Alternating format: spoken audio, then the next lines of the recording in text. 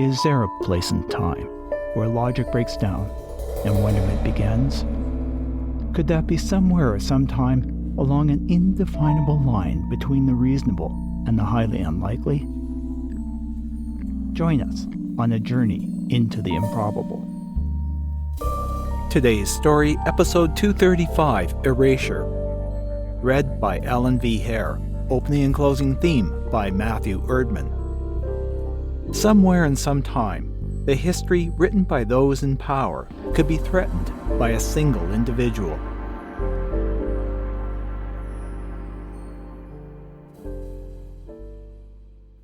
September 23rd. I just found out through a rumor on the deep web that a multimedia biotech giant specializing in synthetic biology is about to deploy a countermeasure. But what kind of countermeasure could change the minds of the billions of people who have aligned against the status quo? "We are very concerned about you, Emilio," the Harmony officer said without looking up, scribbling a note in a thick-looking file.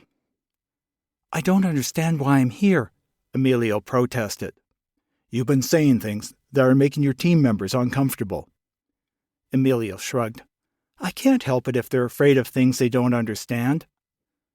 "But we all have a responsibility, Emilio, to keep the workplace peaceful, so everyone can do their best. A happy workplace is an efficient one, and you've been upsetting the people around you by claiming there is missing time and some silly idea that people used to connect electronically using technology no one has heard of.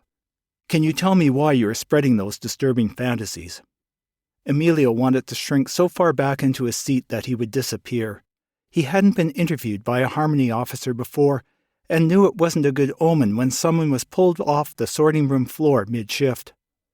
The last time it had happened, the worker lost their slot in the company housing, then disappeared. No one quite knew why, but it was rumored the man had been the source of malicious gossip, and the company had zero tolerance for disruptive activity.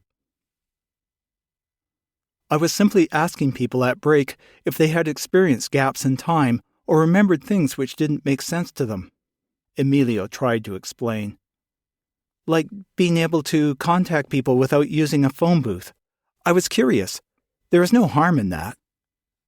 The Harmony officer tapped a finger on the open file on his desk and stared at Emilio as if he could see his thoughts. "You claimed everyone had forgotten an entire year and asked them to look for evidence. That's a lot more than simple curiosity. Crazy ideas like that upset people, Emilio. It makes them suspicious and fills them with anxiety and mistrust. It distracts them from their work. We cannot allow you to do that. You must tell the people you've been talking to that it was just your idea of a joke, a bad one, and you don't really believe in missing time and odd memories. So, compensation is now owed to the company. You'll pay it off by training new sorters in addition to your current work, and there may be additional disciplinary action. Now, get back to work. I understand we're behind." Emilio found it hard to concentrate as he walked back to his station on the sorting line. He could feel the eyes of the people around him surreptitiously watching, glad they hadn't been the one this time to be interviewed, and probably morbidly curious about what would happen to him. At a minimum, he'd probably lose his sorting plant job, which he didn't really care about anyway. Standing at a station and pressing a button to grade vegetables as they whizzed by on a conveyor hadn't been his life's goal. For some reason, it was one of the few jobs which humans still did better than machines, as long as human labor remained cheap. And these days, the supply far outstripped demand. But he liked the sorting plant better than the deadly monotony of hard labor in the fields picking, which was where he expected to be sent after this incident. Emilio tried to figure out who had turned him in. His first instinct was to blame someone who had a friend in the fields that wanted his job. He eyed the other sorters suspiciously and almost bumped into the new worker. She had to sidestep to avoid him, then waved to get his attention as he walked by. "Hello, Emilio. I'm Ivana." Emilio slowed to look over his shoulder. "The supervisor told me you're my trainer," she explained. "This is my first shift." Trainer? Oh, right. He grumbled, then reluctantly followed her to her station. Emilio didn't get back to the bunkhouse until almost 10 p.m. It had taken most of the afternoon to train Ivana, then he had to stay on to make his quota for the day. It had turned out she was from the same area of the country he had grown up in, and their towns were close together, but their circles had never crossed, which was a bit odd, Emilio thought, given how small and intertwined their villages were. He heaved himself onto his bunk. The room, which held 8, was empty at the moment. He'd been lucky enough to be put on the opposite shift, so often he had the room to himself. Emilio checked to make sure he was alone, then reached into a rip at the top of his mattress and fished around with his fingers until he found a Ziploc bag. He carefully removed it, unsealed it, and extracted a thick hard-covered diary. His sister had mailed it to him the week before, after discovering it at their family home. He had religiously kept the diary up to date until he had been drafted to work at the factory farm, but had neglected to bring it with him. Emilio hadn't even thought about it until the package came. At first he considered writing in it again, but changed his mind. Instead, he started reading his older entries, and that's when he discovered it. A year which didn't make any sense, all written in his distinctive handwriting. He couldn't recall any of the things he had talked about. Most of them referred to events and devices which simply didn't exist. He paged to the entry which bothered him the most and read it again, hoping it would trigger some memory or reveal some detail he had missed. He paged to the entry which bothered him the most and read it again, hoping it would trigger some memory or reveal some detail he had missed which would help him make sense of his journal entries. October 16th. I received a direct message telling me to be careful. We were getting too strong. It was being noticed and taken seriously as a threat. Not wanting to be tracked, I went to an internet cafe, which still accepted cash and rented time on one of their machines. I used a supposedly safe VPN and several onion routers to hide my activity, although I know these days this is frequently not enough. I felt we had to try. Maybe we could get the word out to move up the date. But the others believed even if our messages had been compromised, it was too late to stop. In 7 days, money and power will simply cease to exist. They are, after all, just social constructions we collectively agree on, not physical things. And there are enough of us around the world to just say no and end the madness, to start the new post-money era. October 17th. The page had been left blank and the diary ended. Those were the last 2 entries and were dated 4 years ago. Emilio had been drafted to the factory farm the next day. Up until he received the diary, he thought he had been on the farm for 4 years, but the number of empty pages left in the diary didn't agree. It implied he had been there for 5. It was a 10-year journal, and all the entries he had filled in for the first 5 years were sequential. Yet, the first date was 9 years ago, and there was only space for 5 more years. It should have been 6. He heard someone outside in the hall, quickly stuffed the diary back into its Ziploc bag, and shoved it back into the mattress. Do you remember the year we had the drought back home? It was the same year I came here, he asked Ivana. She had wanted him to join her for lunch, claiming it was because she didn't know anyone else yet and didn't want to sit by herself.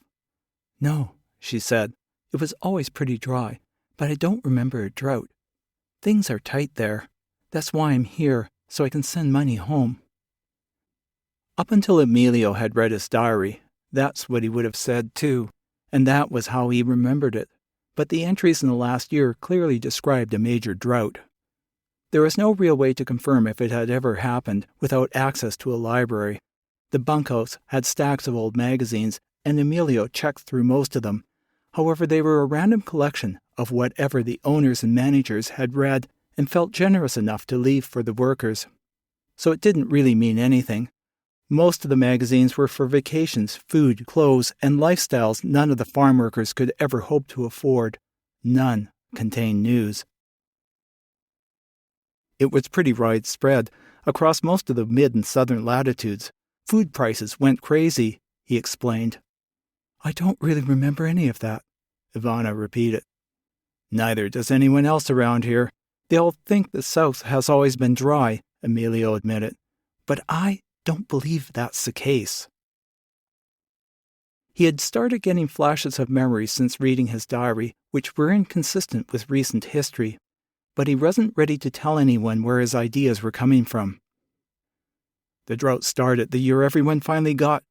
He cut himself off. Everyone finally got what? Ivana asked. Forget it. I must have just dreamed it. I should really go. Emilio cursed himself for blathering on. He didn't really know this person, and he had been warned. What if she went and told a supervisor? Losing his appetite, he got up to leave. Please stay. I didn't mean to put you off, Ivana apologized. It's just that I honestly don't remember. Emilio hesitated, then sat down again. He needed a friend. He needed to trust someone. He looked at Ivana and said, I really don't understand what happened. I just have this feeling there was going to be a big change which for some reason never occurred. He lost his nerve and backpedaled. Really, it's probably just related to some dreams I've been having recently. March 17th. It's obvious that despite the constant distraction by mountains of irrelevant content, which is everywhere on the internet these days, the situation is just getting worse. We've been forced to move most of our activities to the deep net, so it's harder to disrupt. The entry didn't make any sense to Emilio. He gave up reading and put the diary back in its cubbyhole. He wasn't even sure why he felt compelled to hide it. Did you ever go to Carnival? Ivana asked. She and Emilio had been walking the perimeter of the processing plant, which was surrounded by a low fence. Workers were free to go where they wanted, but there was no place to go, just farm fields for kilometers in every direction. No one spoke the local language anyway, and none of the locals would help a conscript, so there was no point in leaving. You mean Carnival San Celerocco? Yes, my cousin helps organize it. Only a few times. We were usually too busy to go, Emilio said. It was nice, though. Your cousin does a good job. They walked in silence for a while. Can you tell me more about your dreams? Ivana finally asked. Emilio stopped and looked at her questioningly. You know, the things you talked about the other day, remember? There was going to be a big change, and there was something about a drought. You said it was a dream. I find dreams interesting, she explained. Emilio hesitated. I've already been reprimanded for spreading unsettling ideas. I shouldn't really say anything more. It's not going to upset me, Ivana assured him. The work is so boring, it'll give me something to think about. I promise to say nothing. Plus, talking about it might help you sort things out. Once Emilio thought of himself as a good judge of character, but he wasn't so sure anymore. Should he confide in this person? He wavered, then decided to take a chance. Look, you can't tell anyone. If they find out, they'll isolate me, and I'll end up in a field by myself weeding or worse, and I couldn't deal with that. He tentatively started. It really happened. I think it was part of a more general change in the weather patterns that disrupted the crops right around the world. Ivana gave him a skeptical look. I'm not making this up. There was a whole chunk of time no one appears to remember. There are other things, too, that seem to have been forgotten, like how we used to grow a lot of food in the South, and it wasn't dry like we seem to think, and technologies we no longer have. Do you remember a device you could hold in your hand that would connect you to anywhere in the world and find any fact you asked for? No, Ivana replied a little too quickly. Those are very interesting ideas, Emilio. If they are not dreams, where are they coming from? I'm not ready to say yet, but I have physical evidence. One evening, late in the second half of the growing season, after eating dinner, they found a large irrigation pipe in one of the tomato fields and used it as a seat. Emilio shaded his eyes from the setting sun with one hand and checked to make sure no one was around. When he was satisfied, There were no straggling pickers in the field trying to make their quotas. He pulled out the diary from under his shirt and handed it to Ivana. "This is it. This is where the stuff I've been telling you about is coming from. Look at the entries for the last year. It's in my handwriting, and it's dated 4 years ago, but there's room for another 5. I've checked many, many times. The chronology in the diary appears to be correct, which implies we're collectively missing a year." Ivana carefully opened the thick black book and flipped through the pages, stopping periodically to read until she found the last entry. "And you don't remember writing any of this?" "I remember doing the older stuff. It's really just the last few months of the diary I can't recall writing." Ivana picked a page at random and began reading. August 5th. I was just messaged by a group in Argentina. There is no way their crop is going to make up for the failures in the northern mid-latitude drought zone, like the media claims. I find I'm not entirely comfortable with the role I'm in, passing along information and connecting people, so I set up a website to post on. I know that sounds dated, but it'll have to do until the group can set up its own social media. We are still active on the main platforms, but lately it's getting harder and harder to communicate through them. Even when you know the content is there, it's almost impossible to find. Ivana closed the diary and handed it back to Emilio. "I don't know what to make of it," she finally admitted. "But the simplest explanation is it's fiction. I mean, I like it. You're a very creative writer. But it's something you probably wrote in a single sitting when you were drunk or something, and then forgot about. Think Occam's razor. That's a simpler answer than billions of people have forgotten a whole year and that we once had the technology you describe. Emilio, if you give me the diary, I can destroy it, so it won't haunt you anymore." "No, I'm not ready to give it up. There has to be some proof somewhere," Emilio insisted stubbornly. "Look, it's getting dark. I should go. Think about it, Emilio. It's the simplest answer. You should stop obsessing about a fictional past and move on with your life." Ivana got up and left. Ivana had been avoiding him since he had let her read the diary, so he wasn't entirely surprised when he was pulled off the line again. A security guard accompanied him down a back hallway he didn't even know existed to an isolated room where the Harmony officer he had been previously interviewed by sat, along with a woman in an expensive-looking business suit. Her back was to him when he was pushed into the room. "Sit down," she directed without turning around. Emilio sat on a bench, the only place available. The security guard who had brought him closed the door and remained outside in the hall. "I believe you've already been talking to Officer Malik. He told you to stop spreading unfounded ideas which are distracting other workers. I gave you another opportunity to stop, but no, you've chosen not to." "Ivana?" Emilio exclaimed in surprise. Ivana spun around to face him. "Leave us alone." The Harmony officer immediately joined the guard outside. The door sealed shut with a hiss. "I should have known," he cursed. It was all too impossible. Someone from home who was interested in listening? So was it all fake? No. We needed you to feel safe enough to open up. It had to be a person who shared part of your past. I was recruited to do that before the event." "What event?" Ivana looked over at the door to ensure it was closed. "The event you talked about in this." She pulled out Emilio's diary, still sealed in its plastic bag, and dropped it between them on the floor. Emilio felt his stomach clench. "After you showed it to me, we did a thorough search of your bunk. We almost missed it, but knew it had to be there." "But you know I don't remember writing any of that," Emilio protested.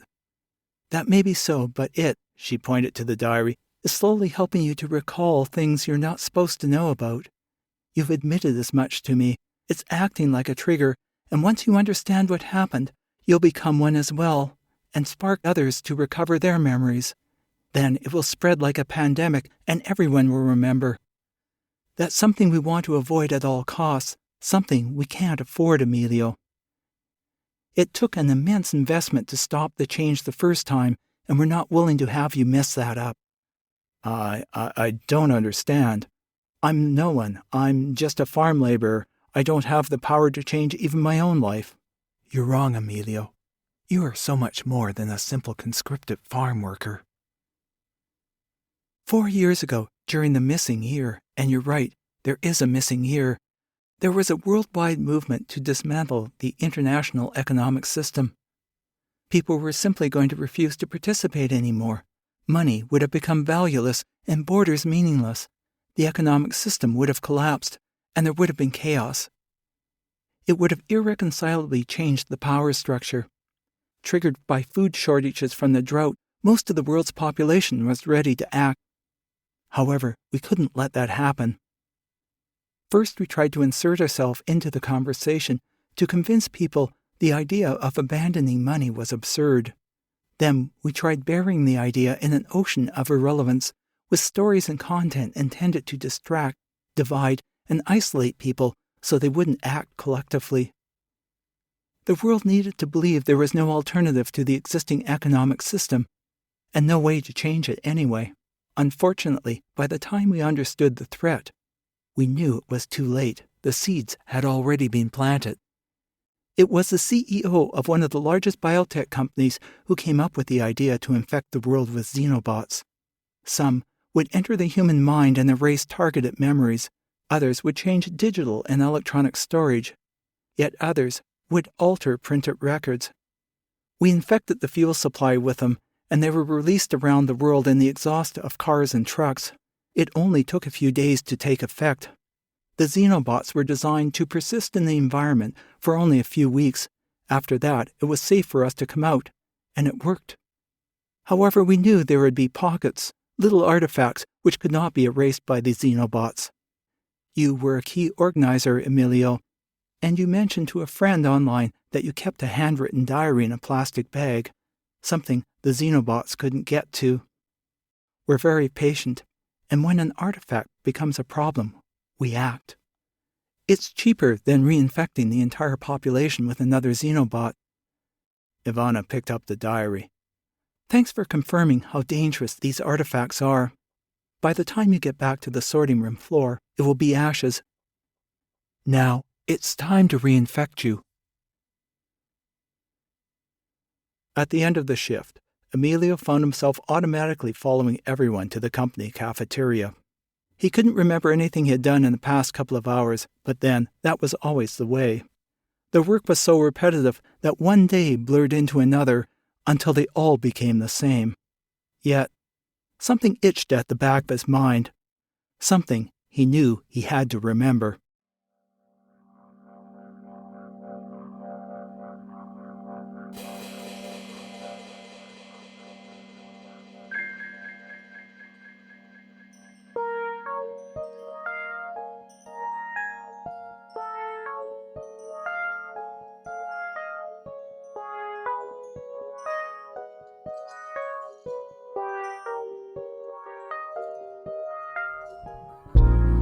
Makeshift Stories is a proud member of the Alberta Podcast Network, locally grown, community supported. To get other great APN podcasts, head over to albertapodcastnetwork.com, where you'll find Bridging the Gap. Join Steph and Karen as they talk to people from 7 to 97 and find out how we are the same and how we are different. This episode of Makeshift Stories is brought to you by Pod Power. With Pod Power, our sponsors are making it possible for us to amplify the voices of Albertans and Alberta podcasters. This episode, Alberta Community Foundation is helping us give a Pod Power shout-out to What the Cheesemas, a new podcast with an inside look at Filipinx identity in the diaspora. Cheesemas is the Tagalog word for gossip. Subscribe to hear weekly episodes about disappointing your parents, breaking it to your friends that you're not Italian, and trying to figure out why you punched a car, and much, much more. What's the Cheesemas is produced by CJSR, Edmonton's campus and community radio station. Download it where you find podcasts and on what'sachievement.transistor.fm. That's TSISMIS. This episode of Makeshift Stories is also brought to you by ATB Financial. At ATB, we make banking work for you. With expert and practical advice and everyday banking and investment planning expertise and management services with ATB Wealth, you can be confident that you're making smart choices when it comes to your money. We have a history of doing what's right for our clients, especially when times are tough, because ATB was built for Albertans. For more information, visit atb.com. Makeshift Stories is released around the beginning and the middle of the month. This month's story was written and read by Ellen V. Hare. Opening and closing themes were composed and recorded by Matthew Erdman. If you'd like to connect with us, please send an email to makeshiftstories@gmail.com or visit our website at makeshiftstories.com. Both links are in the show notes. You can help us out by getting your friends to subscribe or follow wherever they listen to audio. Makeshift Stories is released under a Creative Commons non-commercial attribution, no derivative license, which means you are free to share our stories. Just remember to credit us and don't alter anything.